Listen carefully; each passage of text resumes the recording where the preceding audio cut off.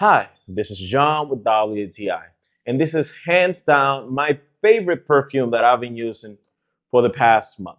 This is the Jean Paul Gaultier Level Le Parfum. And let me tell you some of the things that this is a masterpiece of fragrance. It's a great fragrance when it comes to long lasting, the compliment factor, and at the same time, I just love to wear this.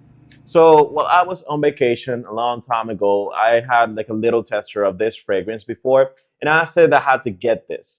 And this one by Jean Paul Gaultier, this nice smell is coconut. It feels the pineapple, it has some nice notes that it feels like if you're in the tropical place, right? You will get this really nice fragrance, and it's a compliment magnet.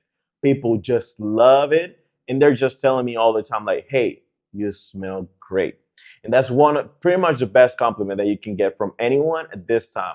So for a long-lasting fragrance that is gonna be the best of the best, this one here, this Jean Paul Gaultier, is gonna be a really good one. So this was John with WTI, and that was my point of view.